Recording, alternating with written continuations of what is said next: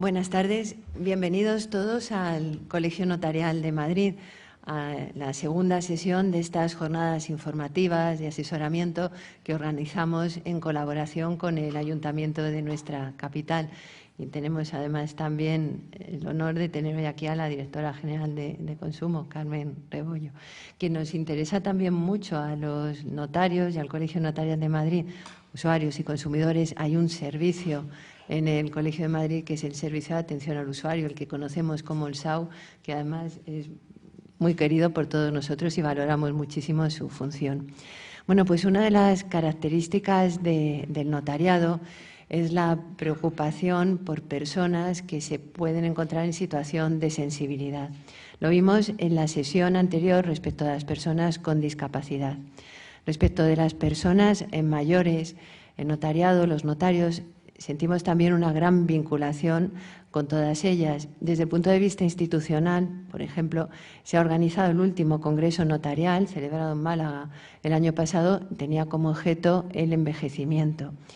Y a nivel individual, cada uno de los notarios, estemos donde estemos, no todos estamos en Madrid, hay notarios en pueblos, en lo que se llama la España vaciada. Siempre escuchamos a las personas mayores, les asesoramos, les aconsejamos. Respecto de los instrumentos jurídicos, instrumentos que tiene el derecho, para atender las dudas, las preocupaciones que se les plantea en el ámbito personal y patrimonial. Esta tarde, para tratar de los instrumentos que existen en el mundo del derecho para preservar la seguridad patrimonial de las personas mayores, tenemos el privilegio de contar con una notario de Madrid, que es además secretaria de la Junta Directiva del Colegio Notarial, Mercedes Pérez Ereza, que hay que agradecerle que haya podido estar hoy aquí con todos nosotros, que nos va a explicar muchos de estos instrumentos muy interesantes. Cuando termine la exposición pueden formular preguntas, pero como digo siempre, que no sean preguntas personales sobre casos concretos, porque para responder a esas preguntas es necesario siempre tener documentación y aquí no disponemos de ella. Estaremos encantadas de atenderles en nuestros despachos, nosotras y todos los notarios. Y ya sin más prolegón menos, cedo la palabra a Mercedes Pérez Ereza. Bueno, pues buenas tardes. En primer lugar, pues tengo que darles las gracias a todos ustedes por su asistencia a la jornada de hoy y a estas jornadas que han sido organizadas por el Colegio Notarial de Madrid y por el Ayuntamiento. Y también doy las gracias a las representantes del Ayuntamiento que están presentes. Bueno, pues en primer lugar, decirles que eso ya lo sabemos todo, que partiendo del hecho innegable de que, bueno, pues hay mayor esperanza de vida y que si comparamos con el siglo pasado, la esperanza de vida ha aumentado en 40 años, pues es normal pensar que hay una preocupación que tenemos todos los ciudadanos, bueno, pues por llegar a las mejores condiciones en la vejez y tener los mejores instrumentos desde el punto de vista personal, de salud, de cuidados y, lógicamente, también patrimonial. Si además a la mayor esperanza de vida le añadimos el descenso en la natalidad, pues nos encontramos con que hay estudios que establecen que en el año 2060 en Europa habrá 2 trabajadores por cada persona mayor de 65 años. Lógicamente, en este entorno pues hay una preocupación fundamental por tener mejores ingresos a la vejez. En la pasada jornada, como bien dice mi compañera Conchita, se trataron distintas formas de garantizar la autonomía personal y diversas cuestiones prácticas sobre la discapacidad, prevención de nuestra propia discapacidad y algunos instrumentos como pueden ser los poderes preventivos y la regulación de la autocuratela. Bueno, pues en esta jornada yo me voy a ocupar del bolsillo, me voy a ocupar de los recursos patrimoniales y qué podemos hacer para tener mejores ingresos a la vejez, conscientes, pues eso, de que a medida que envejecemos estamos en una situación de mayor vulnerabilidad, nuestra capacidad económica es menor y nuestras necesidades son mayores. Entonces, vamos a ver, bueno, pues una serie de instrumentos que yo creo que bien utilizados pues nos pueden venir muy bien para tener un complemento a los ingresos el día de mañana. Entonces, pues vamos a empezar primero con la renta vitalicia, ¿qué es? Y bueno, y algunas pinceladas acerca de su tributación. Bueno, pues la renta vitalicia es la posibilidad, si yo tengo un capital, un dinero, o tengo un bien inmueble, de poder servirme de él y poder transmitirlo y a cambio poder obtener una renta durante todos mis días, vitalicia. O sea, que tenemos dos tipos de rentas, ¿no? Una renta vitalicia que puede ser sobre bienes muebles, sobre un capital, o sobre bienes inmuebles. Dentro de la renta sobre bienes muebles destacan las rentas vitalicias monetarias, tengo un capital y yo lo transmito y a cambio recibo una prestación periódica. Casi todos los productos bancarios que oímos y que ustedes les pueden ofrecer, que algunos son complicadísimos, pero bueno, todos tienen su base en el contrato de renta vitalicia. Por ejemplo, el seguro de rentas vitalicias, que es un buen instrumento para convertir una cantidad de dinero que se deposita en una entidad en un pago periódico vitalicio. El objetivo que se puede perseguir es canalizar el ahorro, complementar la pensión, incluso también limitar la capacidad disponible de personas que requieren un control en sus ingresos, personas consumistas, personas derrochadoras. Resulta también interesante pues para caso de personas que a lo mejor tienen un hijo con una necesidad y quieren transmitirle recursos a este hijo, y entonces pues se constituye una renta en favor de esta persona, ¿no? Las rentas vitalicias monetarias pueden contratarse como rentas inmediatas o como rentas diferidas. En las rentas diferidas, por ejemplo, bueno, pues se pactará que se recibe la pensión a partir de la fecha que se determine el contrato. Por ejemplo, pues a partir de que yo cumplo 65 años, que es cuando me voy a jubilar y voy a disminuir mis ingresos. Bueno, también puede ser contratarse de forma inmediata. Yo contrato el seguro y empiezo a recibir la prestación pues al mes siguiente. El importe de la renta o pensión se determina teniendo en cuenta también los intereses remuneratorios al capital que la entidad se compromete a pagar. Y luego el riesgo que se cubre en el seguro de renta vitalicia puede ser el riesgo de supervivencia o el riesgo de fallecimiento.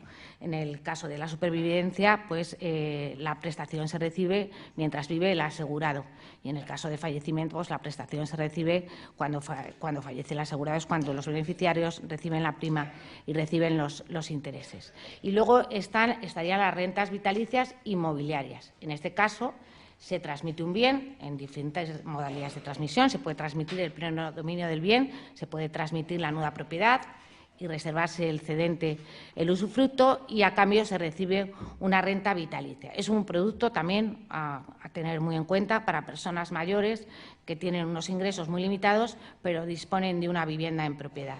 Trataré más de la renta vitalicia inmobiliaria cuando trate del contrato de cesión de bienes a cambio de alimentos, que es una modalidad del mismo. Lo que pasa es que aquí la contraprestación del que recibe el bien no es entregar una renta vitalicia, sino que asume la obligación de cuidar y alimentar a la persona que lo entregó. Respecto de la fiscalidad de estos contratos, bueno, para las rentas vitalicias monetarias, bueno, hay que significar que la actual ley del IRPF ha supuesto una mejora grande en el tratamiento de estos productos, porque se quiere fomentar y se quiere favorecer su contratación, porque también el legislador quiere que las personas mayores puedan tener un complemento a su pensión. Bueno, el que ha contratado una renta vitalicia, por la renta que recibe, tiene que declarar como rendimiento de capital en el impuesto de la renta, ¿no? Bueno, pues el porcentaje por el que tú tributas depende de la edad del rentista, ¿no? Pues como se quiere favorecer que lo contraten personas mayores, si el rentista tiene 70 años, se declara un porcentaje del 8%. Y a medida que el rentista es más joven, 70 o más años, Si es más joven, pues este porcentaje va aumentando. De manera que se favorece estos productos cuando son contratados por personas más mayores. En el caso de la transmisión de bienes a cambio de una renta vitalicia, pues de cara al IRPF, eso seguro que lo saben ustedes, que siempre que transmitimos un bien tenemos una repercusión en el impuesto de la renta, porque hay la llamada, hay una alteración en la composición de nuestro patrimonio, y entonces pues se tributa por lo que se llama ganancia patrimonial si el valor que tiene el bien en el momento de transmisión es superior al valor de la adquisición. Bueno, aquí hay una excepción, y es que el bien que se transmita sea la vivienda habitual y la persona que transmita sea una persona mayor de 65 años, en cuyo caso hay una exención en el IRPF. Y luego otra manifestación de cómo se favorecen las rentas vitalicias de dinero, ¿no? Es que en el IRPF uno de los supuestos de exención también, cuando transmites un bien, si no es tu vivienda, que normalmente tendrías la ganancia patrimonial, si con el importe que obtienes por la transmisión lo reinviertes en una renta vitalicia hasta el límite de 240.000 euros, esa ganancia también está exenta del IRPF. Bueno, luego también hay que considerar que en las rentas vitalicias inmobiliarias, si yo transmito mi vivienda a cambio de una renta vitalicia, aparte de la repercusión en el IRPF, que ya les he dicho, bueno, también hay otro impuesto que es más directo, ¿no? Y es que se paga por la transmisión del bien, se paga el impuesto de transmisiones patrimoniales, que esto normalmente lo pagaría el adquirente, ¿no? Se paga por el valor del bien al tipo que corresponda, según cada comunidad autónoma, que aquí en Madrid es el 6, y normalmente esto, bueno, lo paga el adquirente, que es el sujeto pasivo. Pero también hay otra prestación, que es la constitución de la pensión, ¿no? Y esta tributa al 1% en el impuesto de transmisiones. Pues bien, aquí hay que ser muy cautelosos, porque la cesión de bienes a cambio de una renta vitalicia, la Administración tiene especial cautela, porque a veces pueden cubrir donaciones, si, por ejemplo, el valor del bien es muy desproporcionado con relación al valor de la pensión calculada conforme las normas fiscales. Entonces, cuando existe esta desproporción, pues por el valor, o sea, por la diferencia en el valor de las prestaciones, se liquida como una donación. Por eso estos contratos hay que tener un poco de cuidado, que no sea muy desproporcionado las prestaciones, lo que es el valor del bien y de la pensión. Y ahora ya les voy a hablar de una modalidad de la renta vitalicia, que es el contrato de cesión de bienes a cambio de alimentos, que es un contrato bueno, pues que existía, estaba construido doctrinalmente y jurisprudencialmente, pero que después de una ley que hubo en el año 2003, la Ley 41/2003 de protección patrimonial de las personas con discapacidad, que modificó el Código Civil, la Ley de Enjuiciamiento Civil y normas tributarias, pues ya se ha regulado específicamente en determinados artículos del Código Civil. Es un contrato por el que una de las partes se obliga a proporcionar vivienda, manutención y asistencia a otra persona durante su vida a cambio de la transmisión por esta persona que recibirá los alimentos de un capital en cualquier clase de bienes y derechos. Bueno, pues dentro de este concepto pues podemos distinguir dos posibilidades, ¿no? La cesión de la vivienda habitual, que puede hacer una persona mayor en favor de otras personas, que sean parientes o no, y estas personas, cesionarios de los bienes, que adquieren los bienes, bueno, pues tienen la obligación de prestar alimentos al cedente. Pero también puede ser la cesión que haces en favor de un tercero, la cesión que hacen, por ejemplo, los padres que tienen un hijo en situación de discapacidad y que transmiten su vivienda a una tercera persona, que puede ser, por ejemplo, un hermano o una institución tutelar, y a cambio esta persona, adquirente de los bienes, se compromete a alimentar en sentido amplio durante todos sus días a esta persona pues, con discapacidad, ¿no? Lo primero que hay que considerar es que el contrato de cesión de bienes a cambio de alimentos es un contrato. O sea, surge por el principio de autonomía de la voluntad y surge porque lo han pactado las partes. Es totalmente diferente de la obligación legal de prestarse alimentos que tienen determinados parientes y que se regula en el Código Civil y que la tienen determinados parientes por el mero hecho de ser parientes. La obligación de prestar alimentos la tienen los hijos, los descendientes, los ascendientes, el cónyuge y los hermanos en determinados supuestos, pero por ley. Y en este caso no, contrato de cesión de bienes a cambio de alimentos, ha habido un contrato, se ha pactado con la extensión que se ha pactado y de ahí surge bueno, pues la obligación que tiene el llamado alimentante, que es el que los tiene que prestar, de prestar los alimentos. Es una figura que no es desconocida en nuestro derecho, bueno, esto también para que conozcan un poco, es una figura de larga tradición histórica, ya se encontraba en tiempos medievales, en la época medieval, vamos, los contratos de manutención rurales para ayudar a los más débiles. También tiene antecedentes en derechos forales. Por ejemplo, en Galicia, en las zonas rurales casi siempre, la costumbre de las familias rurales por las que el padre de familia, llegada a la senectud, donaba todo su patrimonio a los hijos a cambio de una pensión o congrua. Aparte que en Galicia y en Asturias es muy frecuente pues, que el patrimonio agrícola se lo quedara el hijo que se quedaba en casa. Esa costumbre existía, pero en este caso, también esta manifestación. También encontramos esta figura en otras legislaciones, por ejemplo, en Francia, el arrendamiento de manutención, que tiene lugar en zonas rústicas de Francia, entre padres ancianos y sus hijos, y en Alemania, que se regula el conjunto de prestaciones debidas al viejo labrador, que se retira, y cede toda su hacienda agrícola a otro, que se obliga a concederle habitación, manutención y dinero para los gastos corrientes. Bueno, ¿en qué se diferencia el contrato de cesión de bienes a cambio de alimentos, que se llama vitalicio, del contrato de renta vitalicia, de cesión de un bien a cambio de una renta vitalicia? Bueno, pues el contrato de cesión de bienes a cambio de alimentos, la prestación que tiene que satisfacer la persona que ha recibido los bienes es mucho más amplia que la de pagar una renta, ¿no? La obligación contraída por la persona que tiene que prestar los alimentos, que se llama alimentante, es más amplia porque comprende prestar vivienda, manutención y asistencia de todo tipo al cedente de los bienes, asistencia médica, farmacéutica, etcétera. La diferencia es, por lo tanto, muy importante, porque la renta vitalicia puede ser a lo mejor insuficiente por la cuantía que percibes para satisfacer las necesidades del cedente. En el contrato de vitalicio, en la cesión de bienes a cambio de alimentos, siempre estará cuidado porque cubre mucho más. La diferencia también puede ser importante fiscalmente, ya que estamos viendo un poco el tema fiscal, porque yo antes les dije que había que tener mucho cuidado en la cesión de bienes a cambio de una renta, si hay una desproporción entre el valor del bien y el valor de la renta. No se crean que estamos haciendo una donación de bienes. Bueno, pues como en este contrato de la prestación del que recibe el bien es más amplia, hay que satisfacer alimentos, vivienda, cuidados. Bueno, pues ya la valoración de esta prestación ya obedece a unos criterios diferentes y además con la extensión con que se pacte, porque aunque luego lo veremos más, realmente es alimentos en sentido amplio. Luego es un contrato aleatorio, así características de este contrato, es un contrato aleatorio como todos los que estamos viendo hoy, ¿no?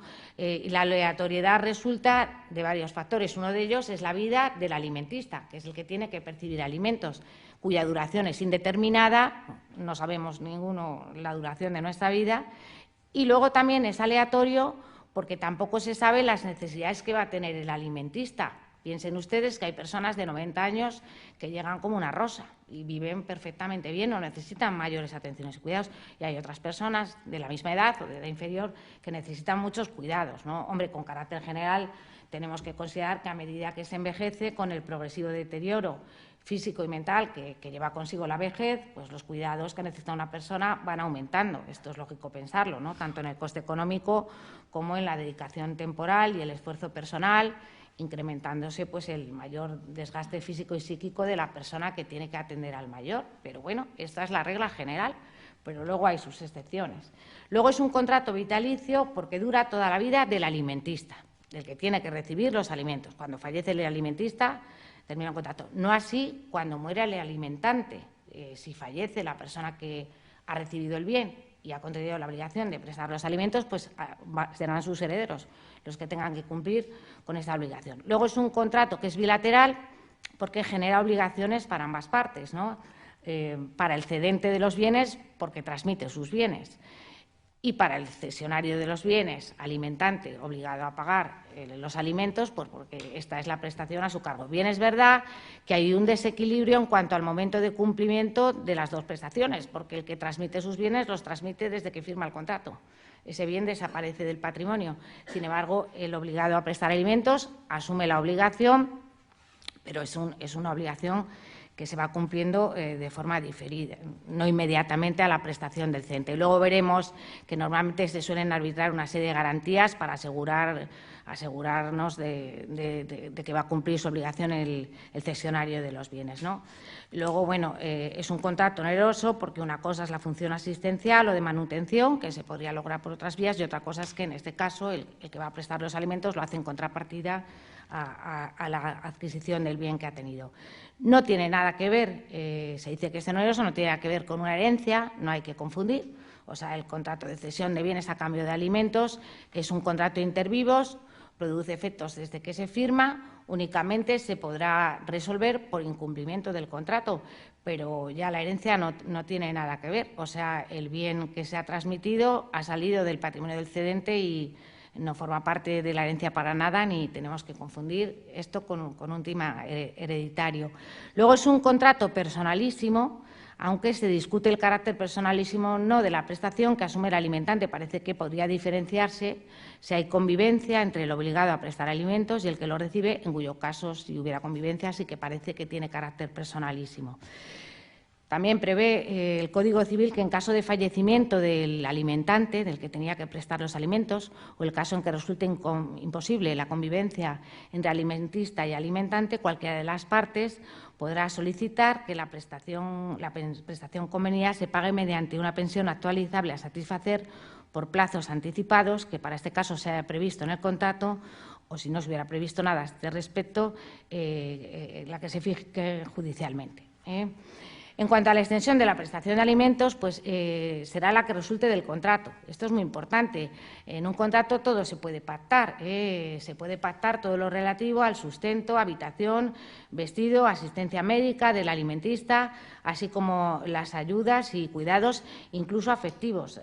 Hay que ser muy detallistas y muy minuciosos a la hora de regular este contrato, máxime cuando el incumplimiento por parte del alimentante es causa de resolución. O sea, que habría que fijarse perfectamente a la hora de contratar toda la extensión de la obligación de alimentos, indicando, pues, por ejemplo, las condiciones de la vivienda, dónde vivirá, el número de metros cuadrados, dónde vivirá el alimentista, distribución, aire acondicionado, calefacción. Se puede también prefijar en el contrato, pues, las condiciones de asistencia, tipo de comidas, vestido, incluso ocio, las condiciones también de los gastos médicos, farmacéuticos, seguro médico, en fin, todo se puede pactar, con la amplitud de que se pacte. Además, otra diferencia también que tiene la cesión de bienes a cambio de alimentos de la obligación de prestarse alimentos del Código Civil es que en el Código Civil, cuando regula la obligación de alimentos, dice que los alimentos serán proporcionados al caudal de quien los da y a las necesidades de quien los recibe. Esto es porque, como es una obligación legal que surge por el hecho de que existe el parentesco, pues el Código Civil entiende que es lógico que sea así, pero en el contrato que estamos estudiando no. Da igual, o sea, no depende de las necesidades de quien lo recibe ni el caudal de quien los da, depende de lo que hayan pactado las partes, que es fundamental. Luego, vamos a ver qué sucede si el obligado a prestar alimentos, que esto puede pasar, no porque no quiera, sino porque a veces a lo mejor no puede, es que nunca sabemos las cosas que pueden suceder. ¿Qué sucede cuando hay un incumplimiento del contrato por parte del alimentante? Esto es un problema porque el alimentista ha transmitido sus bienes, ya no lo tiene en su patrimonio y no ve satisfecha el derecho que tenía de ser alimentado y cuidado, ¿no? Bueno, pues en estos casos lo que puede hacer el alimentista es exigir el cumplimiento del contrato y con abono de los alimentos devengados antes de la interposición de la demanda, o lo más normal, que es optar por la resolución, resolver el contrato con pues la devolución recíproca de las prestaciones, ¿no? En este caso, el que recibió el bien lo tendría que devolver al cedente y el cedente tendría que devolver las pensiones que recibió, pero es verdad que el Código Civil dice que, como siempre, se beneficia un poco del alimentista, que se supone que es el que tiene la posición más débil en este contrato. El juez podrá acordar que la restitución que corresponda al alimentista quede total o parcialmente aplazada en su beneficio por el tiempo y con las garantías que determine. Bueno, lo normal será que el alimentista opte por la recuperación del bien cedido, aunque aquí hay dos problemas, a mi juicio. Uno, ¿en qué situación se encontrará el alimentista cuando quiera a lo mejor ejercitar esta acción? ¿Cómo se va a encontrar? ¿Tendrá capacidad para interponer una demanda, para llevar el peso de estas acciones? Bueno, pues por aquí enganchamos con la sesión anterior y pues lo ideal sería el dar un poder preventivo, el haber dado, en este caso y siempre, pero en este caso se pone de manifiesto el haber completado cuando firmó este contrato de vitalicio, haberlo completado con un poder preventivo en favor de una persona de su confianza que, llegado ese momento de incumplimiento, pues pueda ejercitar las acciones que no puede ejercitar el cedente. Y entonces, pues de ahí la utilidad de estos poderes preventivos que se dan cuando se tiene perfecta capacidad y en previsión de una eventual y futura discapacidad o dificultad. Otro problema que yo le veo también es que, claro, como el bien ya entró en el patrimonio del cesionario de los bienes, a lo mejor lo ha podido hipotecar o lo ha podido vender y ya no está. Bueno, en este caso, pues, si lo ha hipotecado, tendría que devolverlo previa cancelación de hipoteca. Si lo ha vendido, tendría que recuperarlo para dárselo al excedente. ¿Cómo se pueden soslayar estos problemas? Pues normalmente en casi todos los contratos de cesión de bienes a cambio de alimentos se pacta una condición resolutoria, que es una garantía, y se establece que en caso de impago de la pensión, pues automáticamente el bien cedido vuelve al patrimonio del cedente, y así, bueno, pues por lo menos se garantiza que la situación patrimonial del que transmitió sus bienes y no vio satisfecha pues la obligación que tenía la otra parte de alimentarle, bueno, pues por lo menos pueda volver el bien al patrimonio del cedente. En definitiva, con este contrato se trata de asegurar al cedente una atención debida a su fallecimiento, hasta su fallecimiento. No se trata de asegurar la subsistencia, que ya hemos dicho que se puede lograr por otros medios, sino más, buscar el amparo normalmente del pariente más próximo, esto antes, de un vecino o un amigo, que tal vez ve recompensada su filantropía con una satisfacción material lo suficientemente atractiva como para decidirse por ello. Yo esto lo veo de épocas un poco más pasadas, pero bueno, por mi experiencia en la práctica, este contrato ahora no es muy utilizado en las grandes ciudades, aunque podría revitalizarse, yo creo. Es un poco olvidado en las grandes ciudades, con plena vigencia en el ámbito rural, en una sociedad como la nuestra, con núcleos familiares mucho más reducidos y con las condiciones que hay hoy en día, ¿no? Que casi todos los miembros de la unidad familiar trabajan, las viviendas no son grandes. Yo veo que es difícil este contrato. En los pueblos, Conchita me lo va a decir, tenía muchísima aplicación. Vamos, yo la primera notaría que era en Asturias, y además con muchísima naturalidad, ¿verdad, Conchita? O sea, mucho entre personas que no tenían hijos, mucho a lo mejor de los tíos, pues que a lo mejor tenían una casa buena, y entonces pues los sobrinos, se iba la sobrina con el marido, con los niños o lo que sea, ¿no? Se iban a vivir y con la máxima naturalidad del mundo te venían a la notaría: mire, nos vamos a encargar de mi tío, vamos a dejarme la cesión, tal, y fenomenal, y el tío encantado también. O sea, quiero decir que era un contrato que satisfacía las necesidades de ambas partes. Para la persona que cede sus bienes, porque en vez de vivir sola y desatendida y tal, pues vives en la casa en compañía y bien cuidado. Y para nosotros, como digo yo, ¿no?, ver recompensada la filantropía, oye, pues también por una satisfacción material, ¿no? Y no estar pendiente del testamento, que siempre, pues el testamento, pues a ver si lo cambia, si no lo cambia, si tal. Bueno, pues de esta manera ya el bien, según se firma el contrato, ingresa en el patrimonio del obligado a prestar alimentos, y en contrapartida a esa adquisición, pues presta los alimentos al cedente. Y ahora les voy a explicar lo que es la hipoteca inversa, que esta figura es más moderna.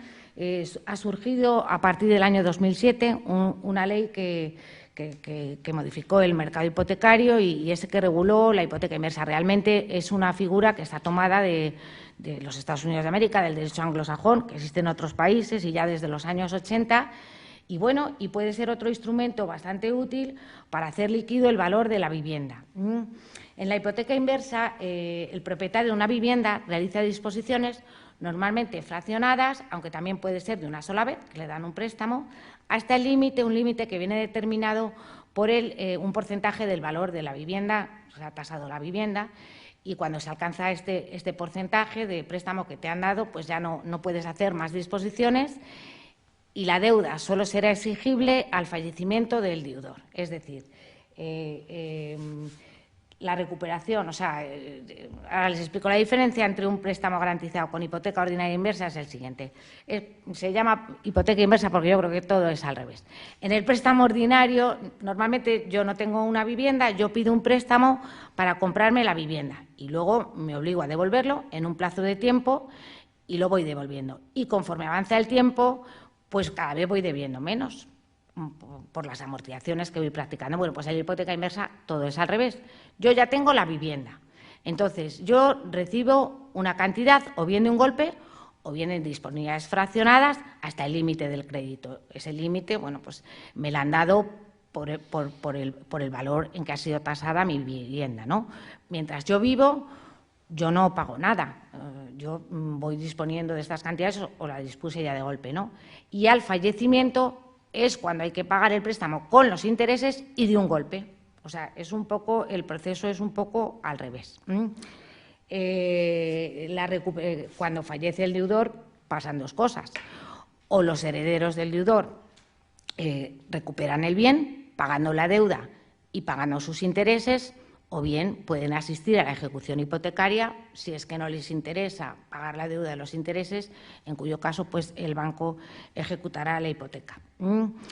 Son requisitos para poder constituir hipoteca inversa los siguientes. En primer lugar, que el inmueble constituya la vivienda habitual del solicitante, aunque, como luego veremos, se puede constituir sobre otra vivienda. Luego, que el solicitante y los beneficiarios que éste pueda designar sean personas de edad igual o superior a 65 años o en grado de dependencia con un grado de discapacidad igual o superior al 33%. Y luego el prestatario, lo que les dije, puede escoger entre recibir una suma de dinero de forma inmediata o recibir una línea de crédito que le permita tomar efectivo cuando lo necesite hasta que se agote el préstamo, o cobrar una mensualidad durante un número determinado de años o lo que sea, pero siempre hasta que se agote el préstamo, que el préstamo te lo han dado hasta un límite.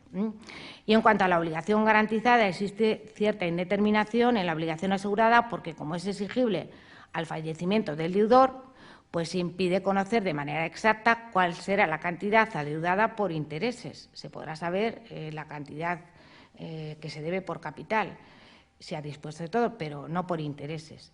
Luego, la vivienda tiene que haber sido tasada y asegurada contra daños, pero esto es igual que en cualquier hipoteca ordinaria que ustedes hayan hecho, siempre les han hecho una tasación y siempre ha habido un seguro de daños. Y luego solo pueden ser concedidas por entidades de crédito, establecimientos financieros de crédito y entidades aseguradoras autorizadas para operar en España, que además, por ley, están obligadas a suministrar servicios de asesoramiento a los solicitantes de este producto, que esto lo dice la ley, que las entidades que ofrezcan una hipoteca inversa que te tienen que asesorar perfectamente de las condiciones. Al fallecimiento del deudor hipotecario o si se estipula en el contrato del beneficiario o beneficiarios, caben dos opciones, que ya se lo dije, o cancelar el préstamo abonando a los herederos al acreedor la deuda vencida y sus intereses sin que el acreedor pueda exigir comisión y compensación alguna por cancelación, o bien asistir a la ejecución hipotecaria. Y cuando se extinga el préstamo y los herederos deciden que no van a pagar la deuda de los intereses y el banco ejecuta la hipoteca, una diferencia muy importante con la hipoteca ordinaria es que el banco solo puede obtener, la entidad acreedora, solo puede obtener recobro hasta donde alcancen los bienes de la herencia. Esto es importante, esto es una limitación a la responsabilidad patrimonial universal que tiene todo prestatario. Cuando pedimos un préstamo, que yo lo explico en la notaría, por mucha hipoteca que haya, yo lo digo, mire, usted responde con todos sus bienes presentes y futuros. Y si el valor de la finca no alcanza a cubrir la deuda, pues usted se queda sin casa y además sigue respondiendo con otros bienes. Esto sucede en una hipoteca ordinaria. Bueno, pues en una hipoteca inversa no, que lo dice la ley.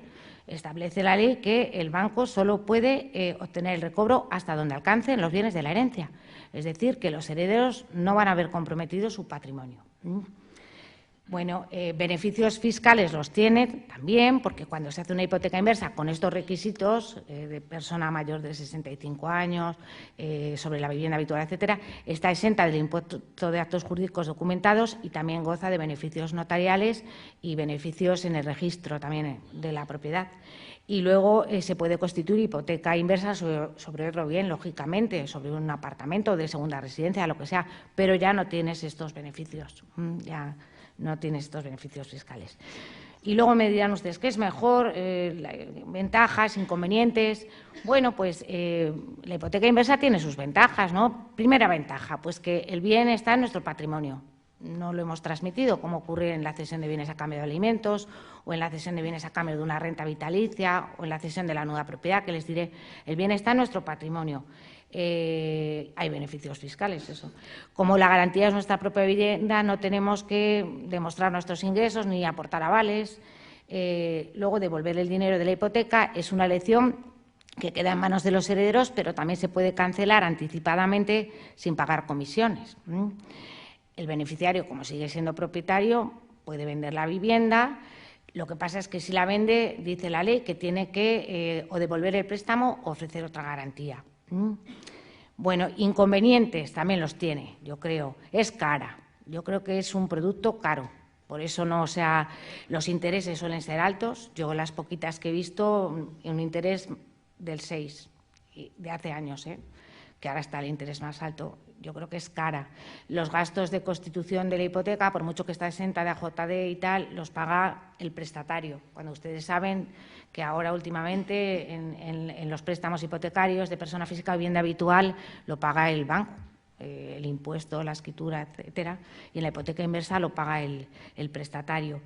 Yo creo que otro inconveniente para mí fundamental, más con la esperanza de vida que tenemos, si el beneficiario ha dispuesto de la cantidad máxima prestada, no tiene que devolver capital ni intereses hasta que su fallecimiento, pero ya no puede disponer de nada. O sea, termina. Hombre, esto puede soslayarse si contrata un seguro de renta vitalicia, pero encarece mucho el producto. Luego, la renta depende del valor del bien al tiempo de su constitución y no se revaloriza. De manera que, claro, a nosotros nos han hecho unos cálculos conforme el valor tenía el bien al tiempo de contratar la hipoteca inversa, pero si luego el bien aumenta mucho en su valor, nosotros esto no, la renta sigue siendo la misma. Y luego el hecho de que la renta no se actualice unido a la inflación hace que cada vez tenga menor valor. ¿Es mejor contratar una hipoteca inversa o la renta vitalicia que vimos de transmitir el bien a cambio de una renta? Bueno, depende. Como hemos dicho, eso en la hipoteca inversa, el límite de las rentas a cobrar dependen del valor de la vivienda. Ya hemos dicho, si el beneficiario ha agotado la cantidad dispuesta, pues deja de percibir rentas. En la renta vitalicia, bueno, pues el capital aportado no tiene esa limitación. Lo ideal es combinar la hipoteca inversa, yo creo, con un seguro de renta vitalicia, por si acaso se sobrevive a la amortización del valor del bien. Ese es el ideal. Y luego, respecto a las consideraciones de la hipoteca inversa, en principio eso, yo creo que es una figura que, aunque debe alabarse la bondad del legislador haber querido regular esta figura, y por más que los medios de comunicación, yo, vamos, en la radio que oigo todos los días la anuncian, se quiere fomentar. Bueno, pues porque es verdad que ofrecer una fórmula financiera a las personas que están en situación de tener más necesidades, que tienen una vivienda propia sin tener que desprenderse de la vivienda y con sus recursos, pues parece que yo creo que la intención es muy buena, ¿no? Pero la práctica, la hipoteca inversa no se está utilizando mucho. Las personas que se encuentran en esta situación no encuentran mucho respaldo en las entidades acreedoras.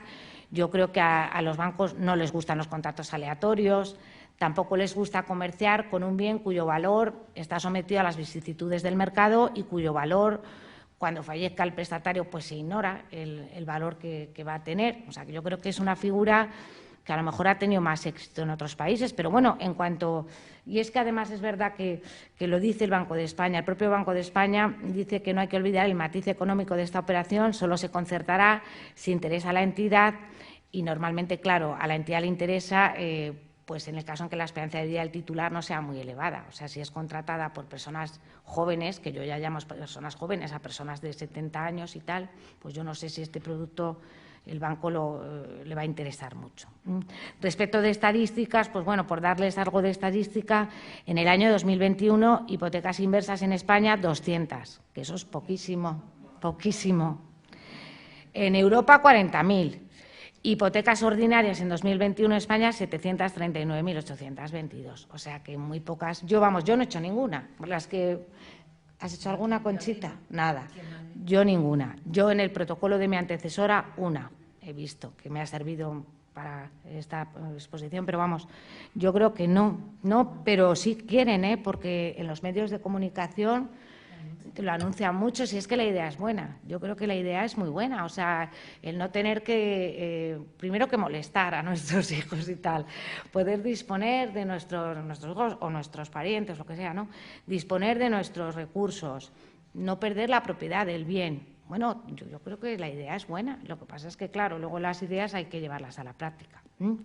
Y bueno, ya otro instrumento que también, que este sí que lo estoy viendo mucho últimamente, la venta de la nuda propiedad con reserva del usufructo. Bueno, pues también es una figura que tiene sus antecedentes en Francia y en Italia Y en este caso es una figura por la que una persona puede vender la nueva propiedad de su vivienda y se reserva el usufructo vitalicio, que es el derecho de usarla y disfrutarla y vivir, por supuesto, en la vivienda hasta su fallecimiento. Puede ser una figura atractiva para las dos partes, para el que vende y para el que compra. Para el que vende, bueno, pues porque obtiene unos ingresos y continúa viviendo en su casa, esto lógicamente, ¿no? Y para el que compra también, porque, bueno, pues es una forma de poder comprar un inmueble a bajo precio a cambio de la incertidumbre de no saber cuándo podrás ocuparlo, ¿no? Entonces, yo creo que es una figura buena para las dos partes. La venta de la nueva propiedad se puede hacer de muchas formas, o bien recibiendo el precio al contado, o bien recibiendo una cantidad de rentas periódicas mientras dure la vida también, o bien combinar ambas dos. Yo puedo vender una vivienda en la nueva propiedad y decir, recibo al contado 50.000 euros y el resto 400 euros todos los meses hasta que el fin de mis días. Una cosa que hay que tener en cuenta es que el usufructo se calcula conforme las normas fiscales y según la edad del usufructuario. Cuanto más mayores somos, menos vale nuestro usufructo. Y más vale la nueva propiedad, o sea que a mayor edad que tiene el usufructuario, pues menos vale el usufructo. Luego, las condiciones del usufructo se pueden pactar al tiempo de su constitución. Sería muy aconsejable pues pactarlo todo, ¿no?, en la escritura de venta de la nueva propiedad. Si no se pacta, está el Código Civil, ¿no? Normalmente, ¿qué gastos tiene que soportar el usufructuario cuando tú te quedas viviendo en la vivienda y has vendido la nueva propiedad? Pues el usufructuario es lógico que tenga que soportar todos los gastos derivados del uso ordinario de la cosa, ¿no? Pues los gastos ordinarios de conservación, que es bueno, pues pagar los suministros, gas, luz, electricidad, agua, los gastos de comunidad, y también será lógico que el usufructuario haga las reparaciones ordinarias que requiere el inmueble, ¿no?, los arreglos pequeños, ¿no?, de una puerta a la lavadora. Respecto al nudo propietario, bueno, pues el nudo propietario está obligado a hacer las reparaciones extraordinarias que necesite la cosa usufructuada, que además el usufructuario le tiene que dar cuenta de la necesidad de realizarlas, y luego también tiene que pagar los tributos, los impuestos, el IBI, seguro del inmueble, las derramas más extraordinarias. Todo depende de cómo se haya pactado, todo se puede pactar, pero bueno, si no se pacta, pues esto es lo que viene a decir el Código Civil, que el usufructuario, como tiene uso de la cosa, pues corre con los gastos del uso ordinario y los gastos, tributos, etcétera, los paga el nudo propietario. ¿Cómo tributa la venta de la nueva propiedad? Bueno, pues tributa el impuesto de transmisiones patrimoniales por el valor de la nueva propiedad, pero lo va a pagar el comprador. Bueno, cuando fallece el usufructuario, por la consolidación del usufructo se practica otra liquidación. Ventajas que puede tener fiscales, bueno, en el IRPF lo mismo que les estoy diciendo en toda la exposición. Si esta operación se hace sobre la vivienda habitual, el vendedor es mayor de 65 años, pues la ganancia patrimonial está exenta del IRPF. Y ya voy a finalizar la exposición diciendo que, reflexionando un poco acerca de la posición de los herederos, sean legitimarios o no, en caso de celebración de estos contratos por el causante. O sea, ¿qué pasa con los herederos? Pues no pasa nada, porque como todos estos contratos son onerosos, hay que significar que todos son contratos onerosos. El cedente ha transmitido sus bienes a cambio de algo, no ha sido lucrativo. Pues los herederos poco pueden hacer. Bueno, poco pueden hacer a menos que haya habido simulación, claro. Con relación al vitalicio, sí que he visto varias sentencias que habían declarado la nulidad del contrato de cesión de bienes a cambio de alimentos por licitud de causa, porque sí que a veces han encubierto donaciones. A veces era la forma, pues, de agradecer pues el especial cariño a una persona y tal, y se disfrazaban estas donaciones bajo la forma de contratos. Pero si no, pues realmente son, como lo hemos dicho, son contratos onerosos y los herederos forzosos pues poco pueden hacer, ¿no? Por mucho que ellos tienen un quantum. Ya saben ustedes que en derecho común, bueno, existe la figura del heredero forzoso, que es el que tiene que recibir un quantum, un mínimo de la herencia, que incluso cuando hay donaciones, si estas son inoficiosas, si han perjudicado la legítima, se puede pedir la reducción. Pero todas estas figuras de los instrumentos de los que hemos hablado son a título oneroso, han generado obligaciones para ambas partes. Los herederos forzosos no tienen acción alguna para reclamar Y no tenemos que olvidar que el transmitente de bienes por estos contratos no es que esté nombrando heredero a quien le cuide, sino que está garantizando sus cuidados. Y poco más, simplemente decirles eso, que la esperanza de vida crece, que los bebés que nacen ahora van a tener 100 años o más y que tener vidas centenarias es un reto colosal para que la sociedad no está preparada desde el punto de vista jurídico, económico, personal, sanitario, sociológico. Y entonces, pues que les tengo que decir que aunque la propiedad es un concepto muy arraigado en nuestra sociedad y aunque todos tenemos la idea y gusta de dejar en herencia unos bienes a las personas que nos sucedan, pues yo creo que tenemos que proveer a nuestro bienestar y tenemos que ser conscientes pues que a lo mejor el día de mañana tenemos que tener unas atenciones y cuidados que tenemos que procurarnos. Entonces, yo lo que les pido es que busquen el asesoramiento pues, notarial, ¿no? Que siempre que tengan dudas acerca de estas cuestiones, si van a organizar algún contrato de estos, pues que nos consulten y intentar buscar la solución que sea mejor para cada caso. Muy bien, pues ya he terminado la exposición. Muchas gracias.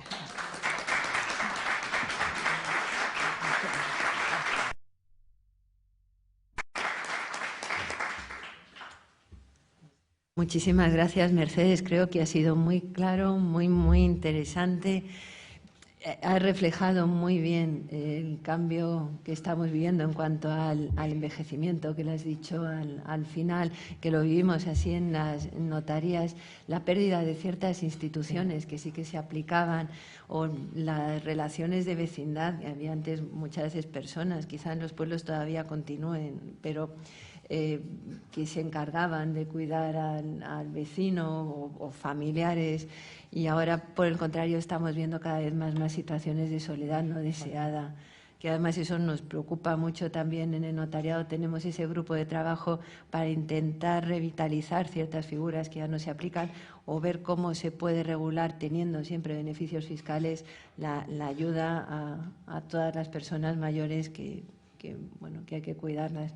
Y lo has reflejado muy bien, muy interesante. Gracias. Yo me aprovecho, como tengo el micrófono, tengo alguna duda y se lo voy a preguntar. Luego les pasamos las preguntas, porque es que estábamos hablando del vitalicio. ¿Cuál crees que es ahora el perfil de las personas que contratan, que celebran estos contratos? Pues es que ahora que lo he reflexionado también, eso ya, a lo mejor en el ámbito rural, ya como nosotras no estamos, no lo vemos. Puede que siga teniendo el vitalicio aplicación, porque en los pueblos pues la vida es más. Pero yo ahora también creo, vamos, que lo he reflexionado, que no he leído mucho al respecto. Yo creo que hasta podría profesionalizarse el vitalicio, o sea, que podría. Yo es que ahora tengo también un caso cercano familiar, ¿no?, de necesitar muchísimas personas cuidadoras y tal. Pues yo es que creo que hasta podría profesionalizarse. O sea, podrías tú tener una vivienda y tú contratar, pues a lo mejor con una empresa incluso, pues el ceder la vivienda y a cambio que te suministren unos cuidados y profesionalizarse. O sea que en el ámbito de las grandes ciudades, pues yo creo que podría ser interesante, porque a veces, como digo yo, no es que el alimentante no lo quiera hacer, es que a lo mejor no puedes, ni porque tengas salud, porque luego resulta que te pones malo, si es que no se sabe, pero si se profesionaliza a lo mejor, pues una empresa dedicada a cuidados, que tiene una serie de personas contratadas, bueno, pues puede ser una solución, porque ahora también a veces es que necesitas 2 cuidadoras, 3, una para el fin de semana. Bueno, pues a lo mejor, en vez de irnos al vecino, al pariente, al amigo, a la filantropía, eso ya no. Claro. Vamos a pensar en que tenemos una vivienda que tiene un valor, tenemos una edad y vamos a tener unas necesidades. Entonces, a lo mejor, por ahí sí que le veo, a lo mejor, viabilidad en una profesionalización.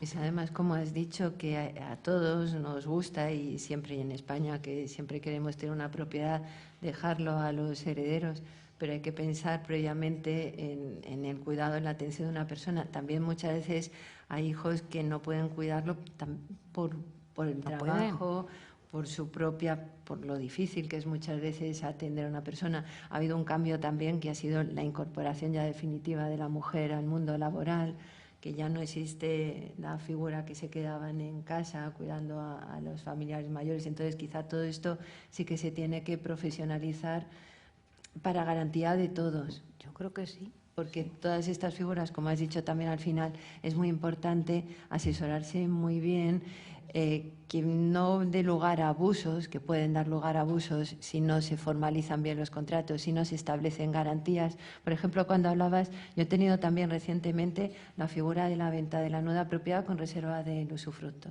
que además hay un anuncio, yo creo que todos lo conocemos en televisión. Bueno, ahí se planteaban dos problemas. Por un lado, has planteado que se puede hacer pago no al contado, sino a plazos.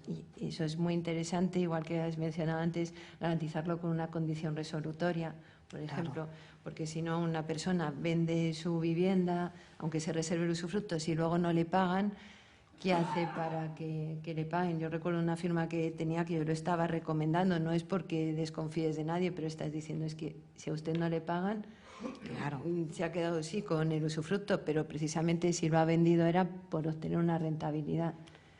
Y luego recuerdo en otra firma, no sé cómo lo habrás resuelto tú, que se planteaban cómo se iba a enterar el comprador de la nuda propiedad de que había fallecido el usufructuario, que ya tenía el pleno dominio, y cómo se entregaba la posesión, quién le entregaba las llaves. No sé si se te ha planteado. Pues eso yo creo que sí que se puede también pactar, pues por ejemplo, cómo enteras el nudo propietario de que el usufructuario, bueno, en qué momento, pues a lo mejor se puede pactar que cada 6 meses se le entregue una fe de vida, o sea, se haga llegar al nudo propietario una fe de vida del usufructuario, un documento que acredite la existencia.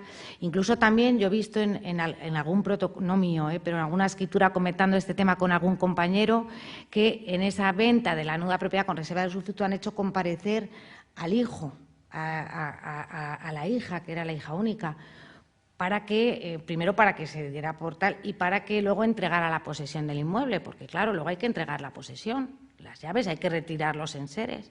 Y entonces ahí se había hecho comparecer a la hija de los vendedores, que era un matrimonio, y entonces la hija comparecía y firmaba.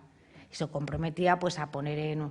Bueno, primero se establecía este sistema de lo de la fe de vida, pero también eso, ¿no? La hija luego se comprometía a poner en conocimiento del comprador de la nueva propiedad el fallecimiento del último de los usufructuarios y a entregarles las llaves, entregarles la posesión, retirar los enseres de la vivienda, claro, porque es eso. A veces las figuras tal, pero luego tienes que ponerte la práctica. Es lo importante en cada caso, reflejar, no es que haya un contrato tipo que se aplique a todo el mundo, sino que hay que recoger las especialidades de cada caso. El comprador de la nuda propiedad tiene que saberlo también porque tiene que liquidar la consolidación. Efectivamente, en plazo. En plazo, porque si no tendría el correspondiente recargo. O sea que lo importante es adecuar cada figura de las que hay a las concretas necesidades. Y luego, ya les dejo que pregunten ustedes, es que la hipoteca inversa, que es verdad que se hacen poquísimas, fíjate, lo has dicho, 200. Es que, en toda España. En toda España. Y te consultan muchas veces, hay muchas personas que vienen consultando, y incluso a mí alguna vez en la notaría me han preguntado que qué entidad concede esos préstamos. Digo, bueno, mírelo en las distintas entidades, porque muchas lo ofertan. Pero tenía duda, ¿por qué crees que se establece esa limitación de responsabilidad en el préstamo derivado en pues la hipoteca? yo creo que se hará para que luego la herencia no sea muy gravosa, para que, claro, para que los herederos que acepten la herencia no comprometan su patrimonio. Y yo creo que también se hace, eso lo he leído por ahí, para que no ocasione mucho rechazo en los hijos. Porque yo en el anuncio que oigo siempre dices, los hijos se lo piden a los padres, que hagan la hipoteca inversa. Que hagan la hipoteca inversa para no soltar. Los hijos se lo están pidiendo a los padres. Están encantados, que hagan la hipoteca inversa y para que ya tengan su cuidador, para que tengan su tal, y fenomenal. Y claro, los hijos no estarían tan encantados si luego, claro, si al aceptar la herencia comprometen su patrimonio, pues a lo mejor también esta limitación de responsabilidad se ha hecho para evitar un rechazo en los herederos del deudor. No lo sé. A lo mejor esa limitación de responsabilidad es otra de las causas por las que no interesa tanto hacer hipotecas inversas, porque realmente eso para las entidades que lo conceden no es un contrato, es un contrato oneroso, no es un acto de lucrativo ni de no hay filantropía y entonces claro pues lo que quieren es ganar. Claro, entonces si resulta que no voy a poder cobrar la deuda porque no hay tal, pues a lo mejor es una de las causas por las que se contratan tan pocas hipotecas inversas. En fin, eso es que además todo el tema de la responsabilidad por las deudas del causante, esa limitación, o que el heredero responde limitadamente, que podría ser objeto de otras de estas jornadas, es muy, muy interesante también, con la posibilidad del beneficio de inventario, lo que tú has dicho. Cuando muchas veces escuchamos la crisis del 2007, que se decía la ilimitación de la responsabilidad del prestatario, en 1911 del Código Civil, la ley hipotecaria ya tiene previsto la posibilidad de que el acreedor solo se garantice con el bien que se hipoteca. No es necesaria ninguna modificación legal, pero yo, por ejemplo, nunca he autorizado ninguna escritura con esa limitación y ya está prevista en la ley. No sería necesario modificar nada, con lo cual lo que tú has dicho puede ser una de las causas de que tampoco... no ha tenido mucho éxito. Venga, yo ya lo que he dicho, ya no pregunto más, ahora les corresponde a ustedes.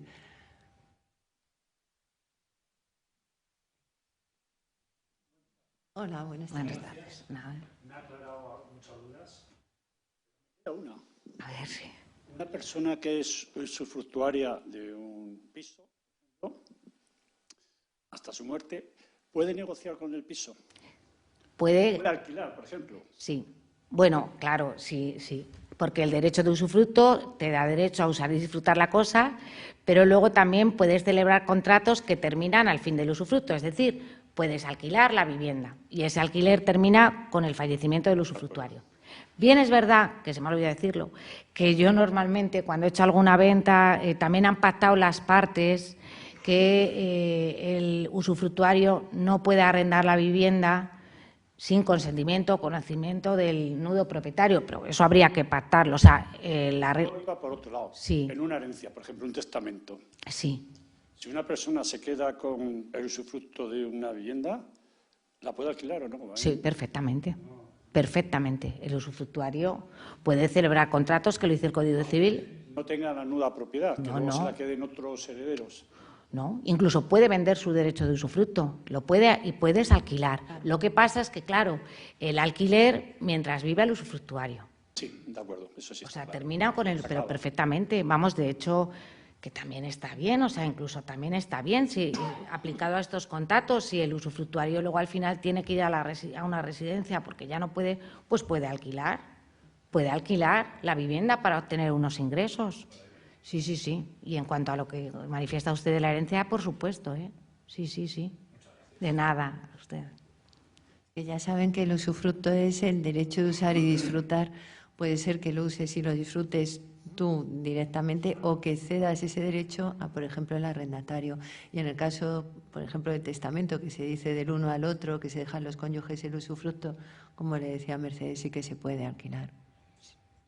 Nada. Pero yo no digo nada. Muy bien.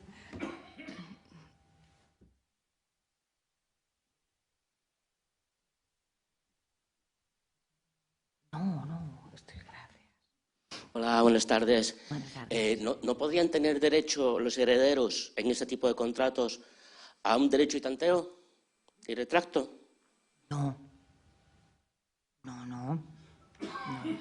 Los herederos solo tienen derecho a suceder al causante, o sea, a heredar conforme el testamento. Y luego lo que le he dicho yo, cuando hay herederos forzosos, pues estos tienen derecho a recibir un mínimo, pero de tanteo nada, ¿no? Porque además estamos hablando de contratos, o sea... Pero es sobre bienes inmuebles, se podría ejercitar, ¿no? Pero el tanteo sobre bienes inmuebles, no, es para otros supuestos. Lo tiene el arrendatario, lo tiene el copropietario, lo tiene cuando vendes el derecho hereditario el coheredero, pero yo creo que los herederos no. Y vamos, y eso, o sea, lo único es eso, o sea, que sí que es verdad, pues que estos contratos tienen que tener una causa cierta, o sea, que si yo he cedido mi vivienda porque a cambio de alimentos, es que lo he hecho por eso, porque me van a alimentar. No lo he hecho para quitarme bienes de encima y porque me llevo mal para que mis hijos no. Tienen que tener causa, una causa real y cierta, y entonces son perfectos y son contratos onerosos. Eso es, sí. Claro, sí, ¿no? Efectivamente.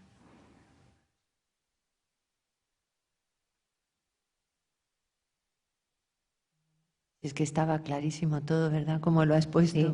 Una cosa que no les he dicho, que eso sí que en la venta de la nuda propiedad con reserva del usufructo es muy frecuente que lo hagan los matrimonios, o sea, que los dos cónyuges, que se reserven el usufructo conjunto y sucesivo. Esto es muy normal también, ¿no? O sea, que se reservan el usufructo los dos. Y entonces, bueno, pues faltando uno, continúa el usufructo en la persona del otro. Que esto sí que es así, es muy frecuente en la práctica. ¿Conocían ustedes la figura de la hipoteca inversa? Sí que la anuncian bastante.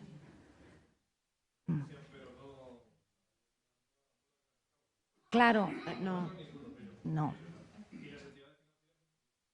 Y son caras, ¿eh? Yo la única que vi tenía comisión de apertura y tenía un interés al 6 y era del año 2011. Que en el 2011 los intereses, porque ahora están subiendo, pero no, me pareció cara, la verdad que me pareció cara, ¿eh? Hola, buenas tardes. Hola. A ver, nosotros sí que estuvimos analizando en su momento el tema de la hipoteca inversa, pues para el tema del cuidado de mis padres, en su momento, y a lo mejor lo entendimos mal, pero al final veíamos que en una vivienda, un piso que podía tener un gran valor económico, que bueno, pues por la esperanza de vida de mis padres no se iba a solicitar ese importe de ese valor al banco y se pedía por renta, pero si pasados los años nosotros como herederos al fallecimiento de mis padres no podríamos hacer el pago a lo mejor de un tercio del valor de la vivienda real, entendíamos que la vivienda, al no poder hacer ese pago, que realmente era un tercio del valor total de la vivienda, pues que era del banco y que se iba a ejecutar la hipoteca. Entonces, que iba a ser una pérdida muy fuerte del valor total de la vivienda al hacer esa operación. Entonces, buscamos otra operación para poder tener una liquidez, para darle, bueno, pues un cuidado adecuado a mis padres, ¿no?, en la vejez. Entonces, no sé si eso también, esa percepción, ha podido ser el que no tenga éxito, aparte que no pueda ser beneficioso para los bancos si no te la ofrezcan, pero desde nuestro análisis no nos parecía una operación tampoco atrayente. Sí. Claro. Totalmente de acuerdo. Y yo creo que además que se tienen que pagar más intereses, ¿no? O sea, porque normalmente los préstamos, a medida que vas amortizando, pues claro, a menor capital, menos intereses. Pero aquí como a medida, cuanto más tardas en devolverla, más intereses se genera. Yo creo que resulta más caro que otros productos, como dice usted. Pues a lo mejor buscaron otra solución, pues eso, pues vender, desde luego, pues una venta del bien o de la nueva propiedad tiene que ser mucho más rentable porque no tienes intereses, claro, solo sea por eso.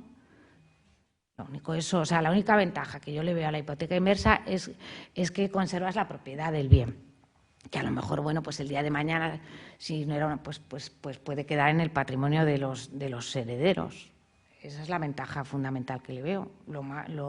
Por lo demás, no le veo tantas ventajas. Primero, porque pagas intereses. Es que, en fin. Es que depende cada caso la situación. A lo mejor una persona que sí que le han dado el préstamo mucho más, no lo que estaban pidiendo en este caso, que era poco respecto del valor del inmueble, y a su vez no tienen herederos, pues puede ser que le dé más o menos igual, pero en otros casos no es así. Por eso ha sido una figura que no tiene demasiada aplicación. Hola, muy buenas tardes. Buenas tardes. La verdad es que yo creo que ha quedado claro, pero es verdad que lo de la hipoteca inversa con los intereses, eso echa mucho para atrás a la gente. Entonces, con el desarrollo tan importante que va a tener la tecnología en los próximos, yo creo que 10, 15 años, ¿no piensa que esto puede cambiar? De pagar menos intereses y que pueda ser más atractivo para las personas, aparte de quedarse la herencia, quiero decir, de la hipoteca inversa. Podría cambiar de otro modelo más atractivo para que eso pues no fuera tan doloroso para la gente. Hombre, pues creo que si las entidades acreedoras, las entidades de crédito, financieras, aseguradoras, pues cambian un poco su mentalidad y su operativa y se animan un poco más, igual que lo oímos tanto en la radio y tal, pues que lo lleven a cabo. Pues a lo mejor sí, porque yo sí que, o sea, la idea es muy buena. Yo creo que la idea es buena, ¿no? Tal y como tener tu vivienda, disponer de tu propia vivienda para obtener unos ingresos complementarios, que se quede, o sea, la idea es de una bondad, es estupenda, pero claro, luego para eso tendría que haber más oferta que pudieras acudir a ella, ¿no? Algo falla, sí. No, en el fondo yo creo que aunque lo anuncien no termina de convencerles. Nunca ha existido en las hipotecas inversas a lo mejor esa guerra que existe respecto de otros tipos de préstamos.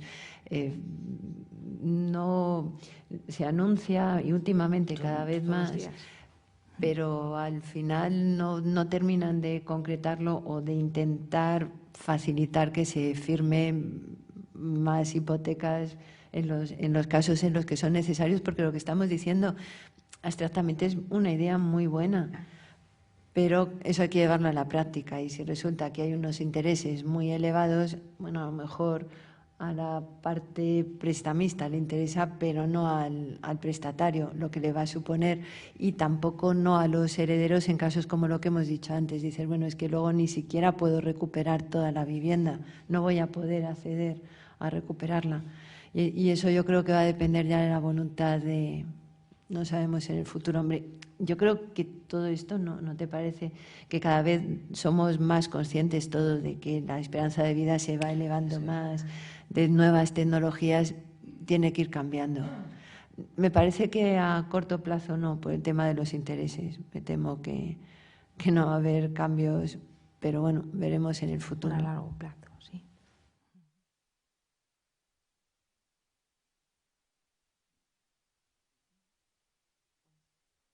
¿No hay más preguntas? ¿No? Buenas tardes.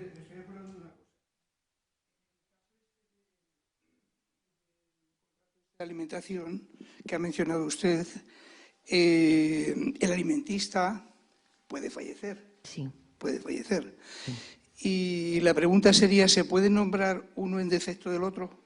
O sea, dos personas. Dos alimentistas, caso de que fallezca uno, otro. Nombrar dos personas, uno en defecto del otro. Bueno, yo creo que sí. Porque puede fallecer. Sí, usted ha mencionado cuando estaba hablando. Personas. Sí, claro. Esto puede ocurrir, sí, es decir, sí, que sí, se puede constituir eso. O sea, lo que hay que fijar claro es sobre la vida de qué persona se constituye o personas, efectivamente. Si se ha pactado, claro. Puede ser dos alimentistas, claro. Y esta pregunta al hilo de esto, si me lo permite usted, es que estaba un poco despistado, pero bueno, luego me he acordado. No al hilo de esto que ha comentado usted, pero yo creo que no le importe.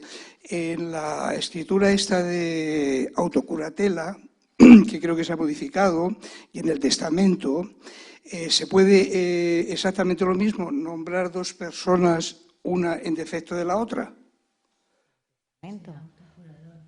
¿Quiere decir curadores, que se nombren varios curadores? Sí, por ejemplo, en el caso del testamento, por ejemplo, el tema del contador partidor.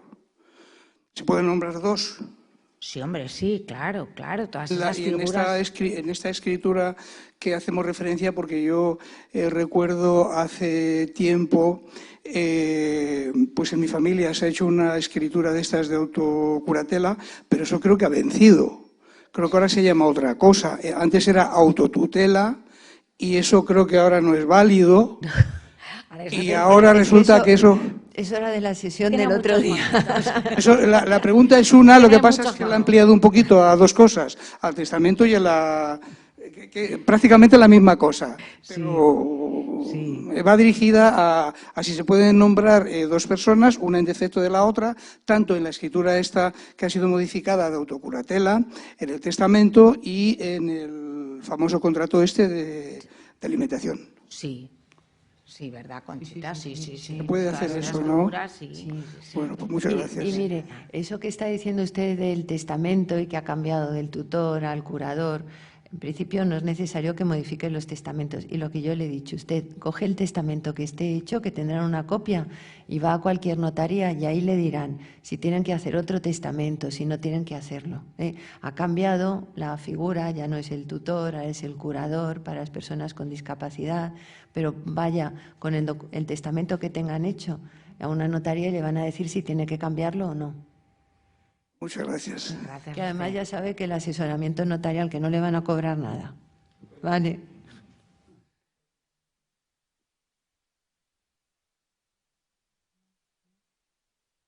Bueno, pues entonces, sí, venga. Nos vamos animando. Por ejemplo, acaba de fallecer mi marido y el testamento que teníamos era del uno para el otro y muertos los dos para los niños. Ahora, ¿qué tengo que hacer con este testamento? ¿Tengo que hacer otro? Yo creo que no. Vamos a ver si es el testamento habitual, que es el legado del usufructo universal de un cónyuge a otro y herederos los hijos, pues faltando un cónyuge no pasa nada. Falleció su esposo y usted tiene su testamento perfectamente válido, no tiene que modificar nada. ¿Modificar nada? No. Si está redactado en esos términos, no. Yo soy catalana y tengo el fuero catalán, entonces tengo cosas mías. Sí. ¿Eso sí lo tengo que hacer o no? No es lo mismo. El testamento surte efectos con relación a todos los bienes que una persona deja. Da igual el origen. Si son privativos, son privativos. Si está usted casada en gananciales, pues a lo mejor tiene que liquidar la sociedad gananciales. Pero es con relación a todos los bienes que una persona tiene. Pero bueno, además está hablando usted de bienes suyos de usted, ¿no? Pues el testamento suyo mientras usted vive no tiene ningún efecto. El testamento de una persona viva no tiene efecto. Eso será el día de mañana. Ahora estamos hablando de la sucesión de su esposo. O sea, que los bienes de usted, nada. Y respecto de eso, o sea, que el testamento que tiene usted es para sus bienes privativos, para los bienes gananciales, para todos los bienes. Para nada. El testamento hay que animarse a hacerlo porque es un documento que de verdad que evita muchos problemas. Bueno, va a haber otra sesión de testamentos. Es económico y de verdad que evita muchos problemas. Muchos. De nada. Hola, buenas tardes. Buenas tardes. Quería comentar, en relación a lo que ha comentado esta persona, que no tiene que cambiar el testamento, en un caso de que los herederos ya quisieran la parte del esposo, ahí sí que hay que modificar, ¿no? Hay que modificar el testamento, ¿no? Creo que tampoco. No. Si los herederos quieren la parte del esposo, bueno, si el esposo falleció, no. Entonces, lo que suele haber una cautela socini en los testamentos, que se suele poner, que yo a veces es difícil de explicarlo, pero digo, mire, usted le deja el usufructo universal, se dejan el uno al otro. Y los hijos, mientras viva uno de los padres, pues tienen que estar tranquilos. Digo, no, tienen cláusula de no molestar. Porque el hijo que moleste, que eso lo ponemos que a veces no se entiende muy bien, el hijo que moleste se dice que se le deja la legítima estricta. Ese es el castigo que tiene por molestar. Entonces, al cónyuge tal. Entonces, bueno, si los hijos te piden contra tu voluntad el partir antes de tiempo, pero tampoco tienes que cambiar el testamento. Lo que pasa es que no. Lo que hay que hacer es la herencia. Claro. O sea, hay que hacer la escritura adjudicándose los bienes. En el testamento una persona dice, yo quiero que cuando yo no esté se repartan de esta forma. Puede ser con la cautela socini, que es ese testamento que llamamos del uno al otro. Pero cuando una persona fallece hay que hacer la escritura donde se reparten los bienes, que además en el plazo de 6 meses hay que liquidar los impuestos. Y eso sí que claro que a ningún heredero se le puede obligar a no hacer esa escritura. Eso sí que hay que hacerlo. Pero eso no significa modificar el testamento. Se hace la herencia con arreglo a cómo esté hecho el testamento. Y el otro cónyuge, por ejemplo, esta señora que ha preguntado antes, ella tiene su testamento. Cuando ella no esté, se hará la herencia respecto de sus bienes. Ahora habrá que hacerla respecto de los bienes de su esposo, con arreglo al testamento que ha hecho él. Pero no es que haya que cambiar el testamento, hay que hacer la escritura de herencia, la adjudicación de bienes. Gracias, Vale. gracias. Bueno, Pues entonces ya la próxima sesión son testamentos. En el caso de que no hubiera testamento, ¿qué pasaría con respecto a los bienes de los padres? Es que eso ya es sucesión intestada y sería otra sesión, Así que ya lo dejamos para la próxima, que si no el otro compañero se va a enfadar que le hemos dejado sin temas. Pero eso es ya la sucesión intestada. Y lo que hay que hacer de verdad es testamento, es lo que hemos dicho. Es un documento, soluciona muchísimos problemas, es muy económico y hay que hacerlo, porque si no, se abre la sucesión intestada. Sí. Bueno, también quería, que eso, sobre la hipoteca inmersa, que conocí a una persona que había hecho un contrato con el banco, entonces creo que, que entiendo un poco que la gente no se anima a estas hipotecas, porque ella había hecho un contrato con el banco. El banco le pagaba 400 euros al mes, a cambio él ya, pues a su fallecimiento, pues el banco se cogía el piso, pero resulta que luego ella no podía estar más de un mes fuera de su casa porque si no el banco se apropiaba ya del piso. Entonces estaba un poco arrepentida por todo lo que había firmado. Y bueno, pues cuando ella ha fallecido, pues al mes le han tenido que entregar el piso al banco.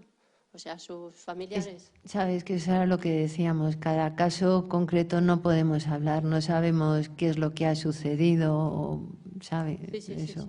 Sí, pero bueno, claro que habrá que aclarar muy bien también los contratos para eso que esa sí. cosa no pase. Eso es lo que hemos dicho desde el principio, lo decía Mercedes. En cada caso, primero, nunca hay como un borrador, una escritura tipo. Todos somos distintos y cada escritura recoge pactos especiales y lo que hay que hacer siempre, asesorarse mucho, tenerlo muy, muy claro. Fíjense también ahora en todas las hipotecas hacemos antes el acta de transparencia. No les den miedo nunca preguntar al notario porque estamos para eso y asesórense muy bien. Gracias. Sí, que una vez firmado ya no tiene vuelta atrás. Bueno, tiene vuelta atrás resolviendo los contratos carísimos. O sea que antes de firmar hay que asesorarse. Lo más. Pues eso, la próxima sesión sobre los testamentos. Sí. ¿De acuerdo? Muchísimas gracias a todos. Muchas gracias. Gracias.